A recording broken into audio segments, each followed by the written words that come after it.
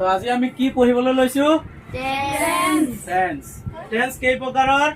তিনি প্ৰকাৰৰ কি কি present tense past tense future tense হৈছে তিনি প্ৰকাৰ টেন্স মানে কি অসমীয়াত কাল টেন্স মানে কি কাল মানে এটা হৈছে সময় এতিয়া কালক তিনিটা ভাগত ভাগ কৰা হৈছে প্ৰথমটো হৈছে প্ৰেজেন্ট টেন্স কি প্ৰেজেন্ট টেন্স আৰু এটা কি পাষ্ট টেন্স আৰু এটা কি ফিউচাৰ টেন্স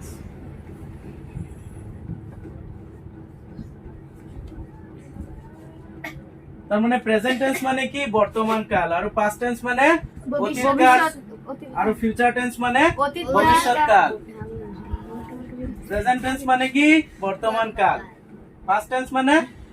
অতীত কাল ফিউচাৰ টেন্স মানে ভৱিষ্যৎ কাল প্ৰেজেন্ট মানে বৰ্তমান যি চলি আছে হেয়া প্ৰেজেন্ট টেন্স আৰু যেটো হৈ গৈছে আমাৰ হেতু কি হ'ব পাষ্ট টেন্স আৰু যেটো হ'ব লগা আছে হেতু ফিউচাৰ টেন্স ফৰ এক্সাম্পল তোমালোকে কি কৰিছা কালি স্কুলত গৈছা হয় নহয় হয় হেতু কি হ'ব পাষ্ট টেন্স আৰু এতিয়া কি কৰি আছা টিউচন পঢ়ি আছা হেতু কি হ'ব প্ৰেজেন্ট টেন্স ওহাকালি তোমালোকে আকৌ কি কৰিবা টিউচনত আহিবা বা স্কুলত যাবা হেতু কোনটো টেন্স হ'ব ফিউচাৰ টেন্স এই তিনিটা টেন্সৰ তিনিটা উদাহৰণ সো এতিয়া আমি প্ৰেজেন্ট টেন্সৰ বিষয়ে শিকিম প্ৰেজেন্ট টেন্সত আছে আমাৰ এই প্ৰত্যেকটা টেন্স যিবোৰ আছে এই টেন্সৰে আকৌ কেটা ভাগ আছে চাৰিটা তে আমি প্ৰেজেন্ট টেন্সৰ চাৰিটা ভাগ লিখিম প্ৰেজেন্ট টেন্সৰ ভাগ কেটা কি কি তোমালোকে ক'ব পাৰিবানে এটা হৈছে কি প্ৰেজেন্ট ইনডিফিনিট টেন্স বাকি বুলি কোৱা হয় সিম্পল প্ৰেজেন্ট ইনডিফিনিট বা সিম্পল প্ৰেজেন্ট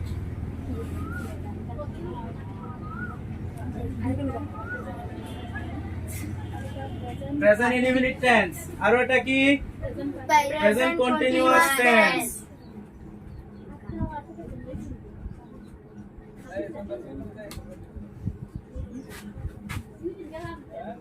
আৰু এটা কি হ'ব present perfect tense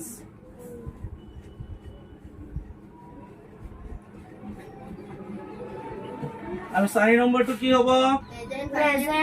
present perfect continuous tense এতিয়া প্ৰেজেন্ট ইনডিফিনিট টেন্স কি হয় বৰ্তমান কোনো কাম হৈ আছে বৰ্তমানৰ কোনো কাম কি চিৰ সত্য অব্যাহত নিত্য সত্য আদি বুজালে প্ৰেজেন্ট ইনডিফিনিট টেন্স হয় আৰু কি আছে প্ৰেজেন্ট কন্টিনিউয়াস টু কি হয় বৰ্তমান যিকোনো কাম আমি কৰি আছো সেইটো কি হ'ব প্ৰেজেন্ট কন্টিনিউয়াস টেন্স আৰু বৰ্তমানৰ কোনো কাম এই মাত্ৰ শেষ হৈছে এটো কি হ'ব প্ৰেজেন্ট পাৰফেক্ট টেন্স আৰু বৰ্তমান কোনো কাম আগত আৰম্ভ হৈ বৰ্তমানলৈকে চলি আছে এনে ধৰণৰ বুজালে প্ৰেজেন্ট পাৰফেক্ট কন্টিনিউয়াস টেন্স হ'ব কি কৈছো বুজি পাইছা হয় বৰ্তমানৰ কোনো কাম অব্যাহত চিৰ সত্য নিত্য সত্য আদি বুজালে প্ৰেজেন্ট ইনডিফিনিট টেন্স হয় ঠিক আছে আৰু কি বৰ্তমান কোনো কাম হৈ আছে বা চলি আছে এনে ধৰণৰ বুজালে কি হ'ব প্ৰেজেন্ট কন্টিনিউয়াস টেন্স হ'ব বৰ্তমানৰ কোনো কাম এই মাত্ৰ শেষ হৈছে এনে ধৰণৰ বুজালে কি হ'ব প্ৰেজেন্ট পাৰফেক্ট টেন্স হ'ব আৰু কোনো কাম আগত আৰম্ভ হৈ বৰ্তমানলৈকে চলি আছে হেতু কি হ'ব প্ৰেজেন্ট পাৰফেক্ট কন্টিনিউয়াস টেন্স হ'ব এতিয়া এই চাৰিটা পালো যে প্ৰথমটো কৰিম মই প্ৰথমটো কি আছে ৰুল আছে কিছুমান কৰিবলৈ হলে এই ৰুল কিটা লিখিম প্ৰেজেন্ট ইনডিফিনিট টেন্স আমি কৰিলো এতিয়া প্ৰেজেন্ট ইনডিফিনিট টেন্সৰ কি গঠনৰ নিয়ম আছে কেনেকে থাকিলে কি কৰিব লাগিব নিয়ম আছে কিছুমান ফৰ্মেশন আছে ন হয় এবিলাক লিখিব লাগিব ফৰ্মেশনৰ নিয়ম কি subject plus verb plus formation মানে কি গঠনৰ নিয়ম বা ৰুল অফ ফৰ্মেশন মানে গঠনৰ নিয়ম কেনেকে হয় সাবজেক্ট টু মই অসমীয়াত লিখি আছো বাৰু সাবজেক্ট টু কি হ'ব থাৰ্ড পাৰসন সিঙ্গুলাৰ নাম্বাৰ হলে থাৰ্ড পাৰসন সিঙ্গুলাৰ নাম্বাৰ হলে ভাৰ্বৰ লগত এস বা ই এর যোগ দিব লাগে subject to third person singular number হলে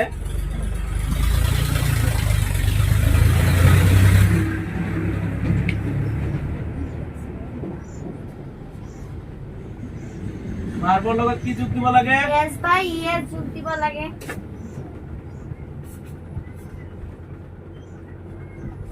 ভাৰ্বৰ লগত s বা es যোগ যোগ দিব দিব লাগে লাগে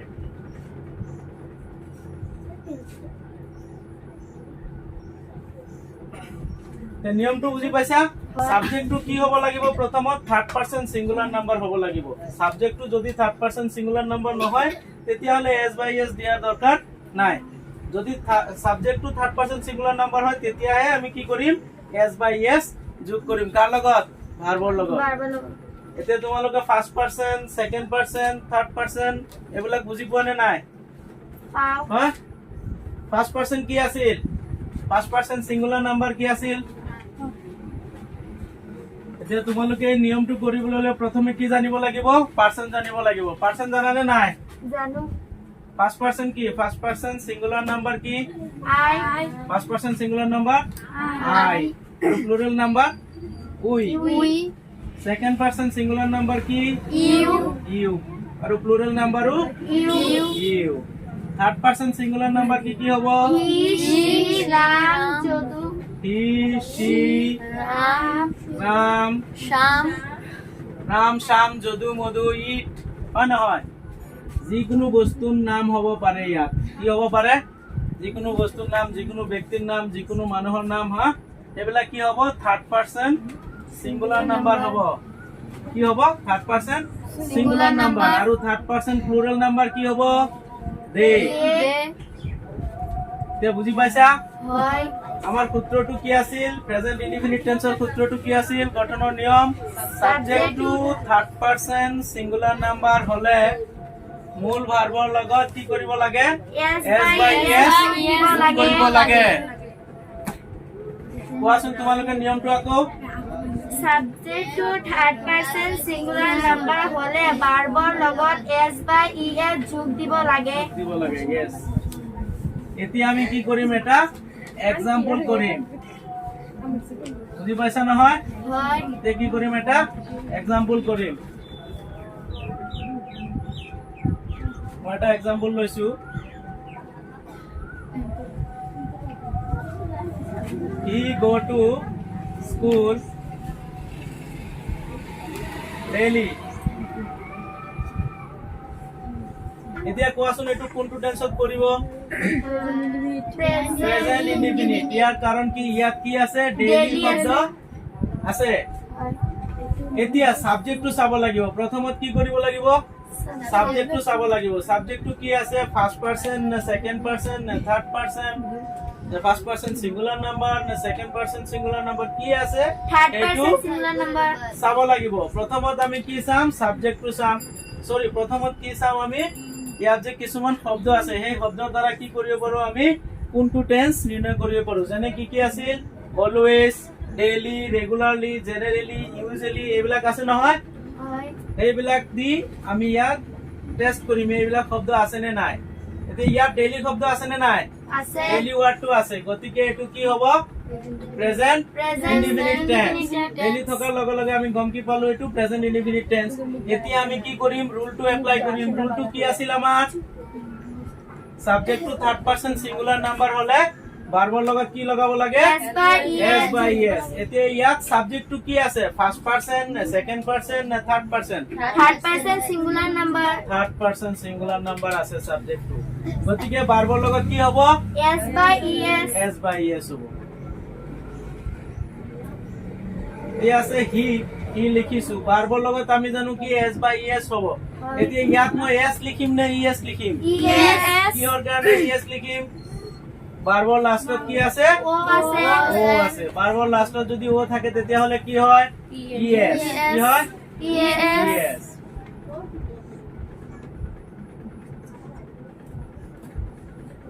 বুজি পাইছা নহয় হয়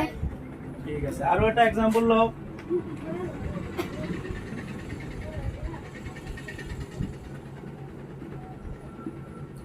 the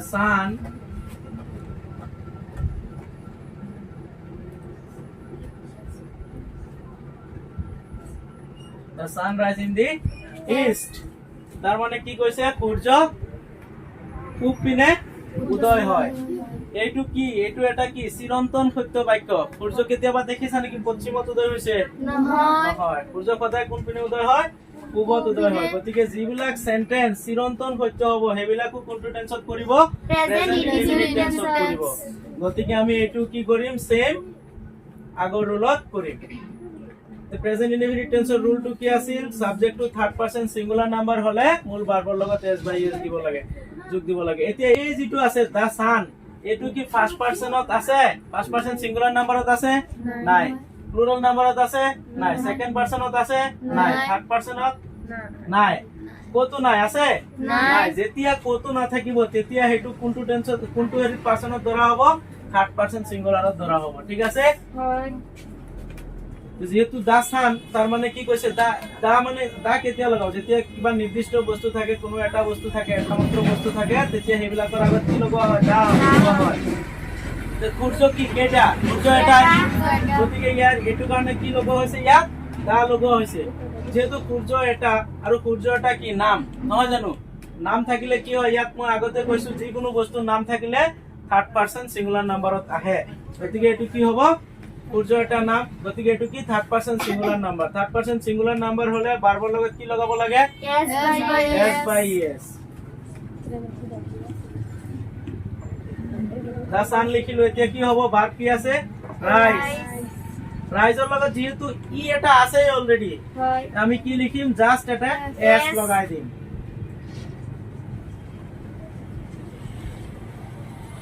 বুজি পাইছা নহয় হয়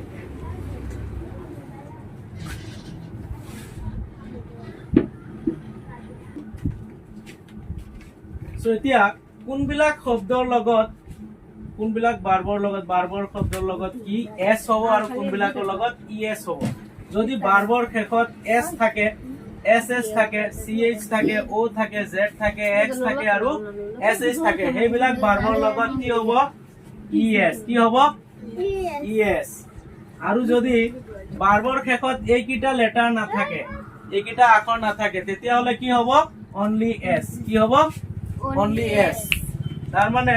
subject to third person singular number হলেও কি হ'ব ভাৰ্বৰ লগত যদি কি হয় এই ভাৰ্বৰ লাস্টৰ লেটাৰটো যদি যেনেকৈ সাপোজ মই এটা লেটাৰ ভার্ব লৈছো টিচ এতিয়া লাস্টত কি আছে ইয়াত ch আছে নে নাই হয় ch থাকিলে কি হ'ব যদি ভাৰ্বৰ লাস্টৰ আখৰ কিটা এই কিটা হয় s double s c h o z x s h তেতিয়া হলে কি লগাব লাগে es কি yes আৰু যদি এই কিটা লেটাৰ নাথাকে তেতিয়া হলে only s এটো হৈছে নিয়ম আমি কি গম পালো এতিয়া প্রেজেন্ট ইনডিফিনিট টেন্স টো আমাৰ হল এতিয়া নেক্সট কৰিম আমি কি নেক্সট কি টেন্স আছে প্ৰেজেন্ট কন্টিনিউয়াস টেন্স সো আমি এতিয়া প্ৰেজেন্ট কন্টিনিউয়াস টেন্স কৰিম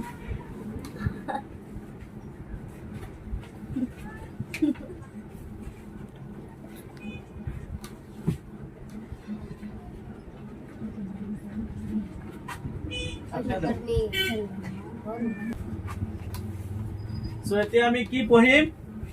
present continuous tense present continuous tense কেতিয়া হয় কব পাৰিবনে বৰ্তমান কোনো কাম হৈ আছে বা চলি আছে এনে ধৰণৰ বুজালে কি হয় প্ৰেজেন্ট কন্টিনিউয়াস টেন্স হয় প্ৰেজেন্ট কন্টিনিউয়াস টেন্সৰ গঠনৰ নিয়ম সাবজেক্ট প্লাস কোৱা প্ৰেজেন্ট কন্টিনিউয়াস টেন্সৰ নিয়ম কি subject plus am is are plus verb plus object plus object ing টো কোৱা নাই যে তোমালোকে সাবজেক্টৰ লগত কি হয় সাবজেক্টৰ পিছত am বা is বা are ব্যৱহাৰ কৰি মূল ভাৰ্বৰ লগত কি যোগ দিব লাগে ing যোগ দিব লাগে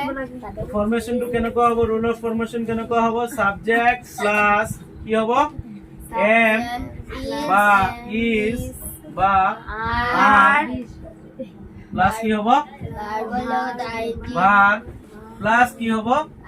ing প্লাস কি হ'ব অবজেক্ট এটো হৈছে কি ৰুল অফ ফৰ্মেশন মানে গঠনৰ নিয়ম আৰু প্রেজেন্ট কন্টিনিউয়াস টেন্স কেতিয়া হয় কৈছিলো যেতিয়া কোনো এটা কাম চলি আছে বা হৈ আছে এনে ধৰণৰ বুজালে কি হ'ব বৰ্তমান কোনো এটা কাম হৈ আছে বা চলি আছে এনে ধৰণৰ বুজালে কি হ'ব প্ৰেজেন্ট কন্টিনিউয়াস টেন্স এতিয়া প্ৰেজেন্ট কন্টিনিউয়াস টেন্সৰ গঠনৰ নিয়ম হ'ল এইটো গঠনৰ নিয়ম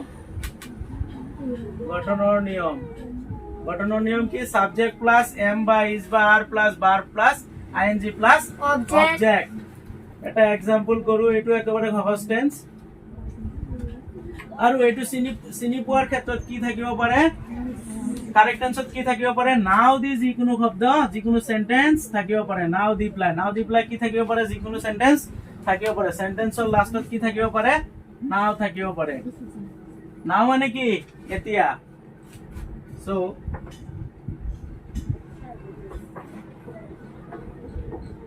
he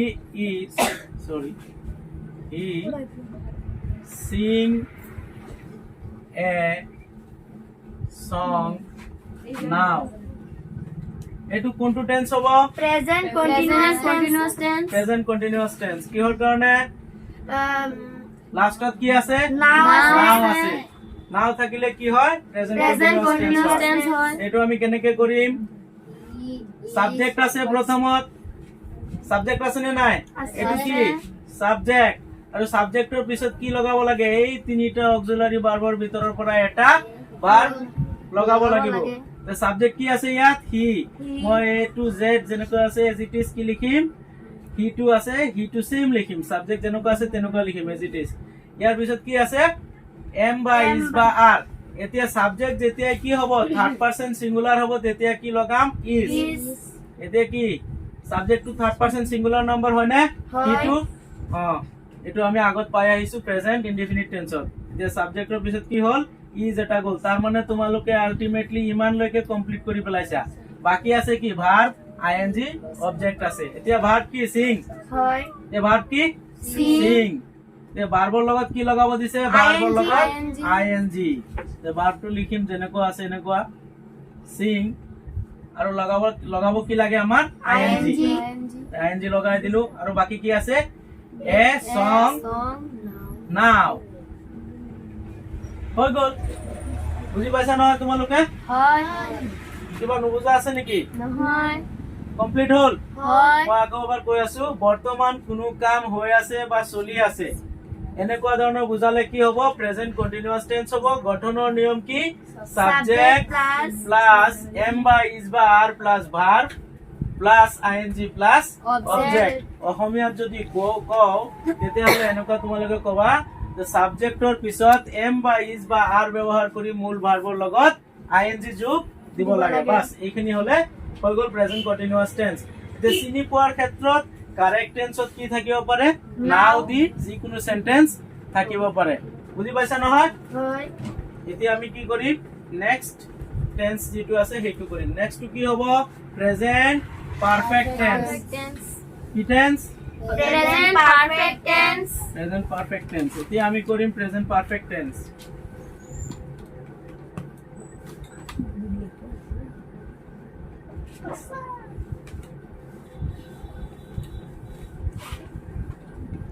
প্ৰেজেন্ট পাৰফেক্ট টেন্স কেতিয়া হয় বৰ্তমানৰ কোনো কাম এইমাত্ৰ শেষ হৈছে এনে ধৰণৰ বুজালে কি হয় প্ৰেজেন্ট পাৰফেক্ট টেন্স হয়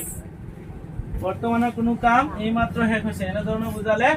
প্ৰেজেন্ট পাৰফেক্ট টেন্স হয় গঠনৰ নিয়ম কি আছিল রুল কি আছিল সাবজেক্ট প্লাস হ্যাভ বা হ্যাজ প্লাস কি আছিল have বা has ভাৰ্বৰ নম্বৰ ফ্ৰম প্লাস অবজেক্ট ভাৰ্বৰ 3 নম্বৰ ফ্ৰম 3 নম্বৰ ফ্ৰম মানে ভাৰ্বৰ পাস্ট পাৰ্টিসিপল ফৰ্ম আৰু সাবজেক্ট প্লাস হ্যাভ বা হ্যাজ ভাৰ্বৰ পাস্ট পাৰ্টিসিপল প্লাস অবজেক্ট এইটো চিনাৰ ক্ষেত্ৰত প্ৰথমত আমি কি গম পাব লাগিব চিনিবলৈ হলে কেইটামান বিশেষ ধৰণৰ ওয়ার্ড আছে এই ওয়ার্ড কিটা থাকিলে কি হ'ব প্রেজেন্ট পারফেক্ট টেন্স হ'ব এই ওয়ার্ড কিটা হল কি জাস্ট নাও কি জাস্ট নাও যদি সেন্টেন্সটোৰ মাজত জাস্ট নাও থাকে তেতিয়াহলে হেতু কোন টেন্সৰ হ'ব প্ৰেজেন্ট পাৰফেক্ট টেন্স বা যদি কি থাকে অলৰেডি থাকিলে কোনটো টেন্স হ'ব প্ৰেজেন্ট পাৰফেক্ট টেন্স এনেকুৱা ধৰণৰ কিছুমান শব্দ আছে এইবিলাক থাকিলে কি হ'ব প্ৰেজেন্ট পাৰফেক্ট টেন্স হ'ব সো এতিয়া আমি एग्जांपल কৰিম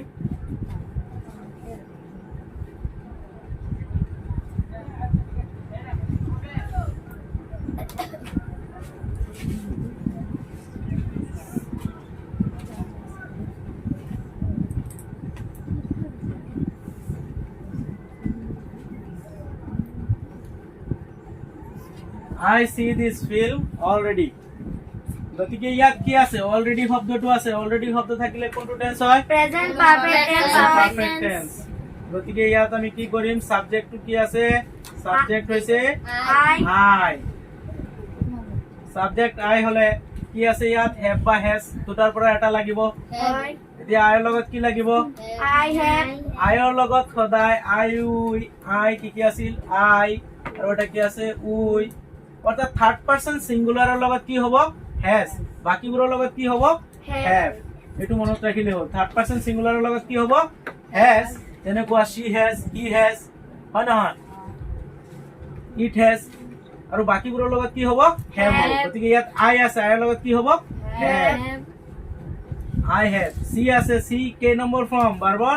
এক নম্বৰ ফৰ্ম গতিকে 3 নম্বৰ ফর্মটো কি হ'ব she so